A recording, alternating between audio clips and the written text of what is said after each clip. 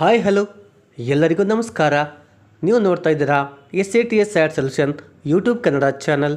ಆತ್ಮೀಯ ಮುಖ್ಯ ಶಿಕ್ಷಕ ಬಂಧುಗಳೇ, ಬನ್ನಿ ಇವತ್ತಿನ ಒಂದು ವಿಡಿಯೋದಲ್ಲಿ ನಾನು SSLC ಅಂದರೆ 10ನೇ ತರಗತಿಯ SA1 ಪರೀಕ್ಷೆಯ ಅಂಕಗಳನ್ನು ನಮೂದಿಸ್ತಕ್ಕಂಥ ವಿಧಾನದ ಬಗ್ಗೆ ಈ ಒಂದು ವಿಡಿಯೋದಲ್ಲಿ ನಾನು ನಿಮಗೆ ತಿಳಿಸಿಕೊಡ್ತೇನೆ. ಬನ್ನಿ ವಿಡಿಯೋನ ಶುರು ಮಾಡೋಣ. ಶುರು ಮಾಡೋ ಮೊದಲು ನೀವೇನಾದರೂ ಫಸ್ಟ್ ಟೈಮ್ ನಮ್ಮ ಯೂಟ್ಯೂಬ್ ಚಾನಲ್ ನೋಡ್ತಾ ಇದ್ದರೆ ದಯವಿಟ್ಟು ನಮ್ಮ ಯೂಟ್ಯೂಬ್ ಚಾನಲ್ಗೆ ಸಬ್ಸ್ಕ್ರೈಬ್ ಮಾಡಿಕೊಂಡು SATS ಬಗ್ಗೆ ಉಚಿತವಾಗಿ ಅಪ್ಡೇಟ್ಗಳನ್ನು ಪಡಿತಾ ಇರಿ. ಸೊ ಬನ್ನಿ ವಿಡಿಯೋನ ಶುರು ಮಾಡೋಣ. ಓಕೆ, ಮೊದಲನೇದಾಗಿ ನಾವು ನಮ್ಮ ಶಾಲೆಯ SATSಗೆ ಲಾಗಿನ್ ಆಗಬೇಕು. ಸೊ ಲಾಗಿನ್ ಆದ ನಂತರ ಹಾಗೆ ಸ್ಕ್ರಾಲ್ ಮಾಡ್ತಾ ಬಂದರೆ ಮೆನು ಬಾರಲ್ಲಿ ಈ ಒಂದು ಆಪ್ಷನ್ಸ್ ಆ್ಯಡ್ ಮಾಡಿದ್ದಾರೆ. ನೋಡ್ಬೋದು, ಕ್ಲಾಸ್ 10 ರಿಸಲ್ಟ್ ಎಂಟ್ರಿ ಅಂತ ಒಂದು ಆಪ್ಷನ್ ಆ್ಯಡ್ ಮಾಡಿದ್ದಾರೆ. ಸೊ ಆ ಆಪ್ಷನ್ ಮೇಲೆ ಕ್ಲಿಕ್ ಮಾಡ್ಕೊಳ್ಳಿ. ಆ ಆಪ್ಷನ್ಸ್ ಮೇಲೆ ಕ್ಲಿಕ್ ಮಾಡಿದರೆ ನಮಗೆ ನೆಕ್ಸ್ಟ್ ಈ ರೀತಿಯ ಒಂದು ಇಂಟರ್ಫೇಸ್ ಓಪನ್ ಆಗುತ್ತೆ. ಸೊ ಇಲ್ಲಿ ನಾವು ಏನೇನು ಎಂಟ್ರಿ ಮಾಡಬೇಕಪ್ಪ ಅಂದರೆ ಅಕಾಡೆಮಿಕ್ ಇಯರನ್ನು ಎಂಟ್ರಿ ಮಾಡ್ಕೊಳ್ಳಿ. ಮೀಡಿಯಮ್ ಆಟೋ ಫೆಚ್ ಆಗಿರುತ್ತೆ, ಅಂದರೆ ಬಂದಿರುತ್ತೆ. ನೆಕ್ಸ್ಟ್ ಗ್ರೂಪನ್ನು ಸೆಲೆಕ್ಟ್ ಮಾಡ್ಕೊಳ್ಳಿ. ಈಗ ನೆಕ್ಸ್ಟ್ ಏನು ಮಾಡಿ, ಇಲ್ಲಿ ಸರ್ಚ್ ಅಂತ ಇದೆಯಲ್ಲ, ಆ ಸರ್ಚ್ ಮೇಲೆ ಕ್ಲಿಕ್ ಮಾಡಿ. ನೋಡಿ, ಇಲ್ಲಿ ಒಂದು ನೋಟ್ ಇದೆ, ಆ ನೋಟನ್ನು ಓದ್ಕೊಳ್ಳಿ. Student must have minimum 6 subject. ಅಂದರೆ ನಾವು ಈ ರಿಸಲ್ಟ್ ಎಂಟ್ರಿ ಮಾಡಬೇಕಪ್ಪ ಅಂದರೆ ಇಲ್ಲಿ ಆ ಪ್ರತಿಯೊಬ್ಬ ಮಗುವಿನ ಹೆಸರಿನ ಮುಂದೆ 6 ಸಬ್ಜೆಕ್ಟ್ಗಳು ಡಿಸ್ಪ್ಲೇ ಆಗಬೇಕು. 6 ಸಬ್ಜೆಕ್ಟ್ಗಳ ನೇಮು ಡಿಸ್ಪ್ಲೇ ಆಗಿರಬೇಕು. ನೆಕ್ಸ್ಟ್ ಎರಡನೇದು, enter AB if student is absent. ಅಂದರೆ ಆ ಮಗು ಏನಾದರೂ ಪರ್ಟಿಕ್ಯುಲರ್ ಎಕ್ಸಾಮ್ಗೆ ಏನಾದರೂ ಆಬ್ಸೆಂಟ್ ಆಗಿದ್ದರೆ ನೀವು ಅದಕ್ಕೆ AB ಅಂತ ಟೈಪ್ ಮಾಡಬೇಕಾಗುತ್ತೆ. ಸೊ ಈಗ ನಾನು ನಿಮಗೆ ತೋರಿಸ್ತೇನೆ ನೋಡಿ. ಈಗ ಇಲ್ಲಿ ಕೆಳಗಡೆ ಸರ್ಚ್ ಕೊಡ್ತೇನೆ. ಸರ್ಚ್ ಕೊಟ್ಟಾಗ ನಮಗೆ ನೆಕ್ಸ್ಟ್ ಈ ರೀತಿ ಒಂದು ಇಂಟರ್ಫೇಸ್ ಓಪನ್ ಆಗುತ್ತೆ. ನೋಡ್ಬೋದು, ಎಕ್ಸಾಮ್ SA1 ಅಕಾಡೆಮಿಕ್ ಇಯರ್ ಬಂದಿದೆ ಮತ್ತು ಯಾವ ಯಾವ ಸಬ್ಜೆಕ್ಟ್ಗಳಲ್ಲಿ ಎಷ್ಟು ಅಂಕಗಳನ್ನು ನಿಗದಿಪಡಿಸಲಾಗಿದೆ ಅಂತ ಬಂದಿದೆ. ಈಗ ಇಲ್ಲಿ ನೋಡ್ಬೋದು, ಕೆಳಗೆ ಆ ಒಂದು ಮಕ್ಕಳ ಪಟ್ಟಿ ಡಿಸ್ಪ್ಲೇ ಆಗಿದೆ. ಇಲ್ಲಿ ಮೊದಲನೇದಾಗಿ ಸೀರಿಯಲ್ ನಂಬರ್ ಇದೆ, ಎನ್ರೋಲ್ಮೆಂಟ್ ನಂಬರ್ ಇದೆ, ಸ್ಟೂಡೆಂಟ್ ನೇಮ್ ಇದೆ, ಅಟೆಂಡೆನ್ಸ್ ಪರ್ಸೆಂಟೇಜ್. ನೀವು ಮಂತ್ಲಿ ಅಟೆಂಡೆನ್ಸನ್ನು ಎಂಟ್ರಿ ಮಾಡಿದರೆ ಅದು ಪರ್ಸೆಂಟೇಜ್ ತೋರಿಸುತ್ತೆ. ನೋಡ್ಬೋದು, ಇಲ್ಲಿ ಹೀಗೆ ಇಲ್ಲಿ ಕನ್ನಡ, ಇಂಗ್ಲೀಷ್, ಹಿಂದಿ ಮತ್ತು ಸಬ್ಜೆಕ್ಟ್ 1, ಸಬ್ಜೆಕ್ಟ್ 2, ಸಬ್ಜೆಕ್ಟ್ 3 ಹೀಗೆ ಒಟ್ಟು 6 ವಿಷಯಗಳು ಇಲ್ಲಿ ಡಿಸ್ಪ್ಲೇ ಆಗ್ತಾ ಇರಬೇಕು. ಆಗ ಮಾತ್ರ ನೀವು ರಿಸಲ್ಟನ್ನು ಎಂಟ್ರಿ ಮಾಡಬೇಕು. ಒಂದು ವೇಳೆ ಇಲ್ಲಿ ಯಾವುದೇ ಒಂದು ಸಬ್ಜೆಕ್ಟ್ಗಳು ಬರಲಿಲ್ಲ ಅಂದರೆ, ನೀವು ಡಿಸ್ಪ್ಲೇ ಆಗ್ತಿಲ್ಲ ಅಂದರೆ, ಸೊ ಅದಕ್ಕೆ ನೀವೇನು ಮಾಡಬೇಕಪ್ಪ ಅಂದರೆ ಲ್ಯಾಂಗ್ವೇಜ್ ಗ್ರೂಪನ್ನು ಅಸೈನ್ ಮಾಡಬೇಕು. ಸೊ ನಿಮಗೆಲ್ಲ ಗೊತ್ತಿದೆ, ನಾವು ಹಿಂದೆಲ್ಲ CC ರಿಸಲ್ಟನ್ನು ಎಂಟ್ರಿ ಮಾಡಬೇಕಾದ್ರೆ, ಗ್ರೇಡ್ ಎಂಟ್ರಿ ಮಾಡಬೇಕಾದ್ರೆ ಕೆಲವು ಮಕ್ಕಳ ಹೆಸರು ಮುಂದೆ ಲ್ಯಾಂಗ್ವೇಜಸ್ ಮಾತ್ರ ಡಿಸ್ಪ್ಲೇ ಆಗ್ತಾ ಇತ್ತು, ಕೋರ್ ಸಬ್ಜೆಕ್ಟ್ ಬರ್ತಾ ಇರಲಿಲ್ಲ. ಅಂಥ ಟೈಮಲ್ಲಿ ನಾವೇನು ಮಾಡ್ತೀವಿ, ಲ್ಯಾಂಗ್ವೇಜ್ ಗ್ರೂಪನ್ನು ಅಸೈನ್ ಮಾಡ್ತಾಯಿದ್ವಿ. ಸೊ ನಿಮಗೆಲ್ಲ ಗೊತ್ತಿದೆ.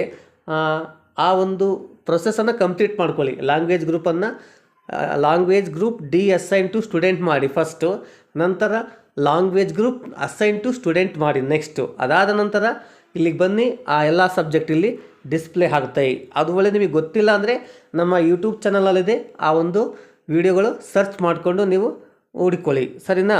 ಸೊ ಈಗ ನೀವೇನು ಮಾಡ್ಬೋದು ಅಂದರೆ, ಈಗ ನೋಡ್ಕೊಳ್ಳಿ, ಈ ಮಕ್ಕಳ ಮಾರ್ಕ್ಸನ್ನು ಎಂಟ್ರಿ ಮಾಡಬೇಕು. ಯಾವ ರೀತಿ ಅಂದರೆ ಇಲ್ಲಿ 2 ಬಾಕ್ಸ್, ಒಂದೊಂದು ಸಬ್ಜೆಕ್ಟ್ಗೆ 2 ಬಾಕ್ಸನ್ನು ಕೊಟ್ಟಿದ್ದಾರೆ ನೋಡಿ. ಕನ್ನಡ ಫಸ್ಟ್ ಲ್ಯಾಂಗ್ವೇಜ್ ಇದ್ದರೆ ಮಾರ್ಕ್ಸ್ ಮತ್ತು ಗ್ರೇಡ್ ಅಂತ ಇದೆ. ಇಲ್ಲಿ ಮಾರ್ಕ್ಸ್ ಕಾಲ ಮಾತ್ರ ಎಡಿಟ್ಗೆ ಅವಕಾಶ ಇದೆ, ಗ್ರೇಡ್ ಇಲ್ಲ. ಅಂದರೆ ನಾವು ಮಾರ್ಕ್ಸ್ ಎಂಟ್ರಿ ಮಾಡಿದರೆ ಸಾಕು, ಗ್ರೇಡ್ ಆಟೋ ಫೆಚ್ ಆಗುತ್ತೆ, ಸರಿನಾ? ಫಾರ್ ಎಕ್ಸಾಂಪಲ್ ನಾನು ನಿಮಗೆ ತೋರಿಸೋದಾದರೆ ಇಲ್ಲಿ ಗ್ರೇಡನ್ನು ಎಂಟ್ರಿ ಮಾಡ್ತೇನೆ ಅಂದ್ಕೊಳ್ಳಿ. ನೋಡಿರಿ, ಮಾರ್ಕ್ಸನ್ನು ಎಂಟ್ರಿ ಮಾಡ್ತೇನೆ. ಮಾರ್ಕ್ಸ್ ಎಂಟ್ರಿ ಮಾಡಿದ ತಕ್ಷಣ ಅದು ಗ್ರೇಡ್ ಆಟೋ ಫೆಚ್ ಆಗುತ್ತೆ, ಸರಿನಾ? ಹೀಗೆ ಆ ಮಗು ಪ್ರತಿಯೊಂದು ವಿಷಯದಲ್ಲಿ ಪಡೆದ ಅಂಕಗಳನ್ನು ನಾವೇನು ಮಾಡಬೇಕಾಗುತ್ತೆ, ಇಲ್ಲಿ ಎಂಟ್ರಿ ಮಾಡಬೇಕಾಗುತ್ತೆ. ಎಂಟ್ರಿ ಮಾಡಿ ಆದ ನಂತರ ಅದು ಗ್ರೇಡ್ ಆಟೋಮೆಟಿಕ್ಕಾಗಿ ಬರ್ತಾ ಹೋಗುತ್ತೆ. ನೀವು ಬರೀ ಮಾರ್ಕ್ಸ್ ಅಷ್ಟೇ ಎಂಟ್ರಿ ಮಾಡಬೇಕು. ಸೊ ಹೀಗೆ ಎಲ್ಲ ಮಕ್ಕಳ ಅಂಕಗಳನ್ನು ಎಂಟ್ರಿ ಮಾಡಿದ ನಂತರ ನೆಕ್ಸ್ಟ್ ನೀವು ಇಲ್ಲೇ ಮಾಡಿ, ಇಲ್ಲಿ ಸೇವ್ ಅಂತ ಒಂದು ಆಪ್ಷನ್, ಸಬ್ಮಿಟ್ ಅಂತ ಇದೆ. ಆ ಸಬ್ಮಿಟ್ ಮೇಲೆ ಕ್ಲಿಕ್ ಮಾಡಿದರೆ ಆ ಒಂದು ವಿಷಯದ SSLC ರಿಸಲ್ಟ್ SA1 ಸಬ್ಮಿಟ್ ಆಗುತ್ತೆ. ಅಲ್ಲಿ ಟಿಕ್ ಮಾಡ್ಕೊಳ್ಳಿ.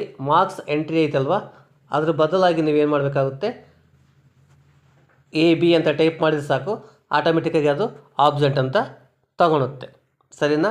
ಆಬ್ಸೆಂಟ್ ಇದ್ದರೆ ಮಾತ್ರ ನೋಡಿ. ಮಾರ್ಕ್ಸ್ ಎಂಟ್ರಿ ಮಾಡಬೇಕಾದ್ರೆ ಬಹಳ ಹುಷಾರಾಗಿ ಎಂಟ್ರಿ ಮಾಡಿ, ತಪ್ಪಾಗಿ ಎಂಟ್ರಿ ಮಾಡಬೇಡಿ.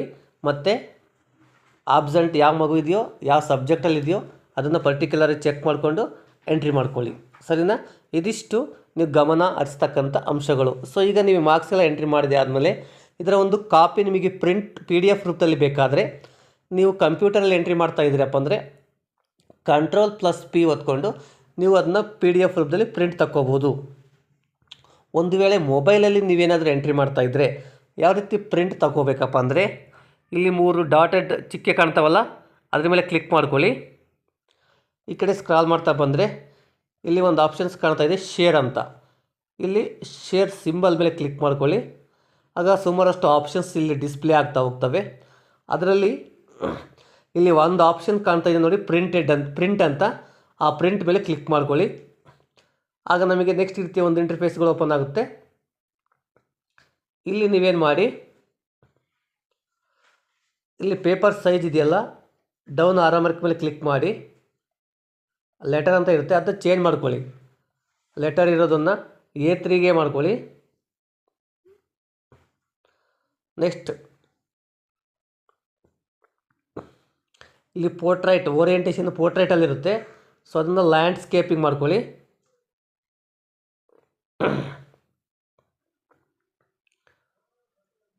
ಅದಾದ ನಂತರ ನೀವಿಲ್ಲಿ PDF ಅಂತ ಒಂದು ಆಪ್ಷನ್ ಇರುತ್ತೆ,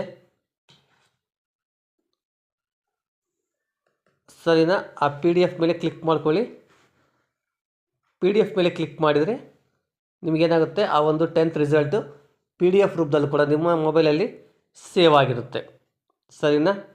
ಸೊ ಈ ರೀತಿ ನೀವು SSLC ಮಕ್ಕಳ ಒಂದು ಅಂಕಗಳನ್ನು ಯಾವ ರೀತಿ ನಮೂದು ಮಾಡಬೇಕು, ಒಂದು ವೇಳೆ ಆ ನಮೂದು ಮಾಡ್ತಕ್ಕಂಥ ಸಂದರ್ಭದಲ್ಲಿ ಸಬ್ಜೆಕ್ಟ್ಗಳು ಡಿಸ್ಪ್ಲೇ ಆಗಲ್ಲ ಇಲ್ಲಾಂದರೆ ಏನು ಮಾಡಬೇಕು, ಆ ಮಕ್ಕಳು ಆಬ್ಸೆಂಟ್ ಆಗಿದ್ದರೆ ಏನು ಯಾವ ರೀತಿ ಎಂಟ್ರಿ ಮಾಡಬೇಕು, ಮತ್ತು ನೀವು ಎಂಟ್ರಿ ಮಾಡಿದ ಎಲ್ಲ ಒಂದು ಮಾರ್ಕ್ಸ್ ಶೀಟನ್ನು PDF ರೂಪದಲ್ಲಿ ಯಾವ ರೀತಿ ನೀವು ತೊಗೋಬೇಕು ಅನ್ನೋ ಅಷ್ಟು ಮಾಹಿತಿ ಈ ಒಂದು ವಿಡಿಯೋದಲ್ಲಿ ನಿಮಗೆ ತಿಳಿಸ್ಕೊಟ್ಟಿದ್ದೇನೆ.